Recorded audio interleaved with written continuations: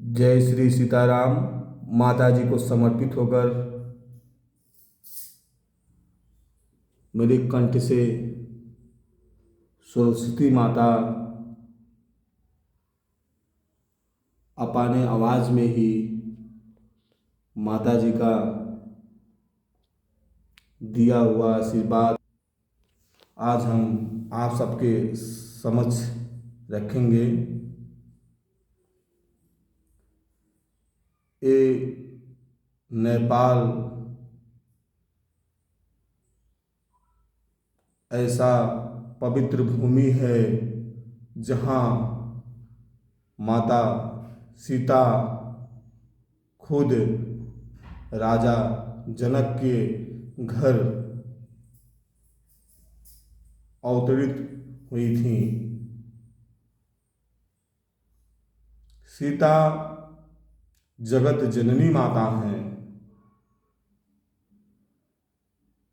आप लोग मानव के अवतार में भगवान मानते हैं कि प्राकृतिक को भगवान मानते हैं। ग्रंथ के हिसाब से प्राकृतिक को ही भगवान माना गया है।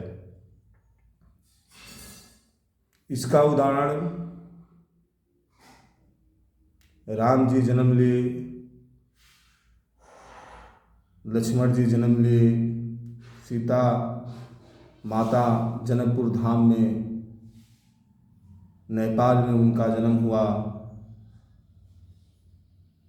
श्रवण कुमार का भी जन्म हुआ।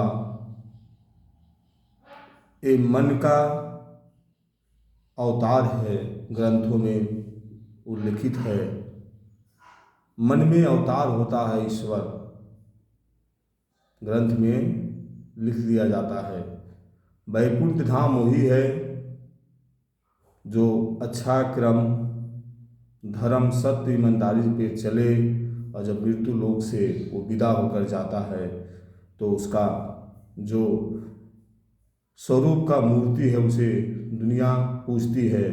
हमारे नेपाल में गौतम बुद्धा ग्रंथ में उल्लेखित है, विष्णु का अवतार है।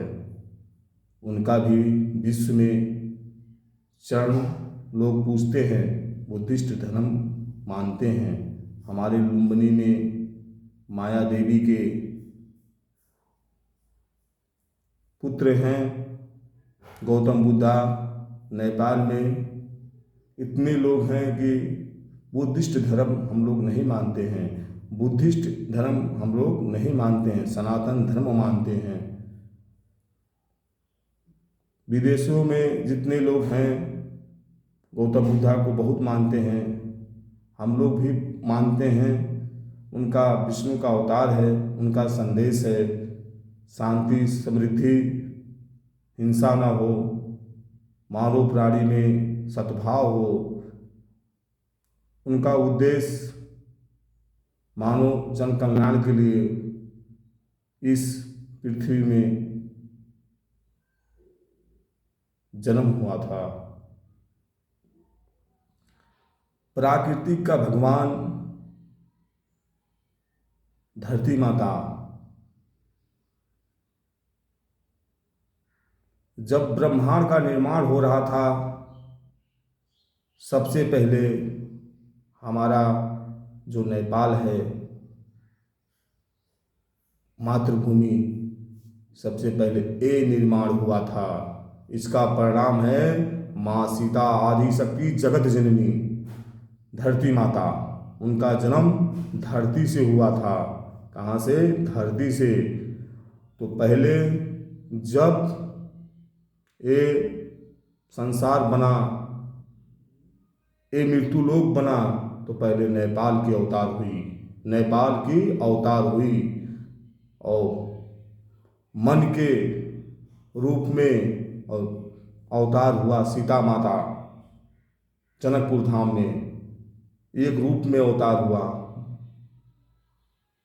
माता सीता माता। और जब माता सीता माता का अवतार जनकपुर में हुआ है तो उनका स्वामी शंकर जी हैं। ग्रंथ में उल्लेखित है कि माई बसे वहीं पर्वतवा पे जहाँ ऊंचे होले भवन हो, सबसे ऊंचे भवन वान पाल नगरिया में जोने के नाम माँ सागर माथा होल भैया ने पालवा में जन्मल सीता माता। हम लोग को सबको पता है कि नेपाल में ही सागर माथा उच्च चोटी पर है, सबसे बड़ा विशाल और प्रमाण जो ग्रंथ में प्रमाण खोजते हैं, प्रमाण आज नेपाल के पास है। सबसे उच्च कोटि का पर्वत सागर माथा, धौलागिरी, अन्नपूर्णा, माछा पुछरे, कंचनजंगा, ये सब नेपाल में तपोभूमि है। पशुपतिनाथ टेम्पल, प्रभुनाथ टेम्पल, जनकपुर धाम, लुम्बिनी, ये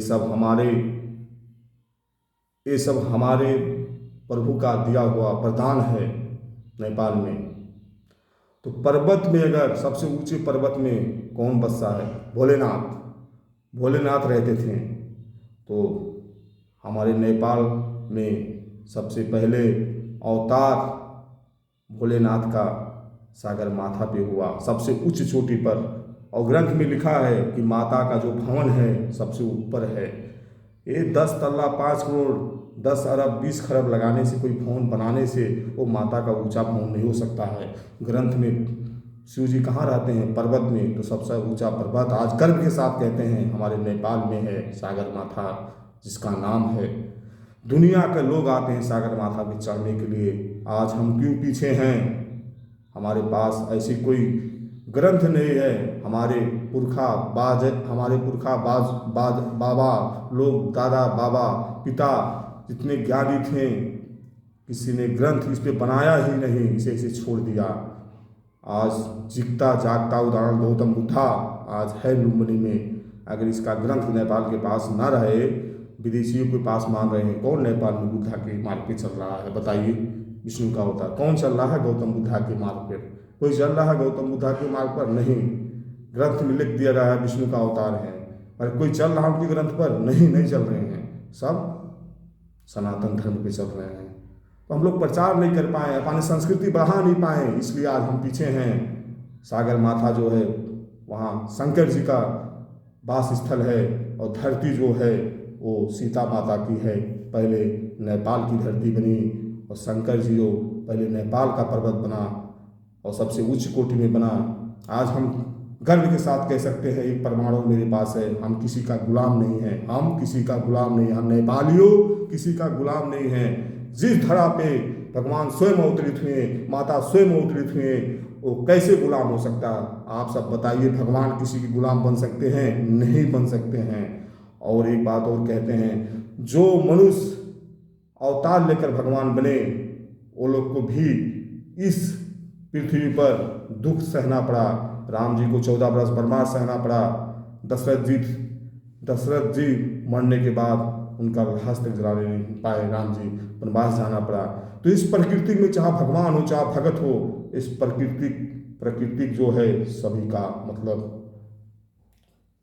मतलब ख्याल रखता है। जो जैसा कर्म करता है प्रकृति को वैसे ही अनुकूल बना देता है। तो यहाँ भगत भगवान सब बराबर हैं। जो जैसा कर्म करेगा प्रकृति उसके साथ वैसे ही व्यवहार करती है।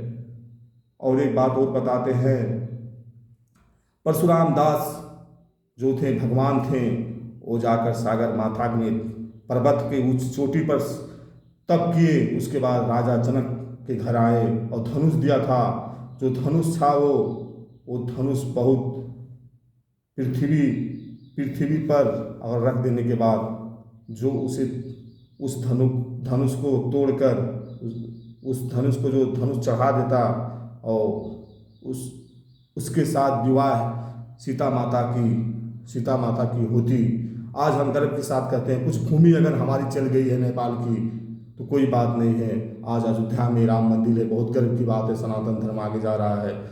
आज हिंगलाज की माता जो भवानी है, हिंगलाज माता भवानी पाकिस्तान में है। आज इंडिया की भूमि थी, आज हिंगलाज इंडिया में चल गई है माता। तो कोई बात नहीं है, वो धरा माता की ही है। तो अखंड जो इस विश्व का जो अखंड ये सनातन धर्म है, आज कितने धर्मों में बढ़ चुकी है। और गर्व के साथ कहते हैं, पहला पहला जो है धरती निर्माण हुआ नेपाल का, इसका प्रमाण है सीता जगत जननी माता, और इसका प्रमाण है सागर माथा, और इसका प्रमाण है हम किसी का गुलाम नहीं हुए, इसका प्रमाण है गौतम बुद्धा।